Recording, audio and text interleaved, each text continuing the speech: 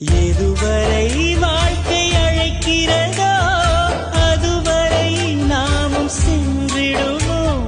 விடை பெறும் நேரம் வரும்போதும் சிரிப்பினில் நன்றி சொல்லிடுவோம். பரவசம், இந்த பரவசம் எந்நாளும் நெஞ்சில் தீராமல் எங்கே வாழுமே. கடவுள் தந்த அழகிய வாழ்வு உலகம் முழுதும் அவனது வீடு.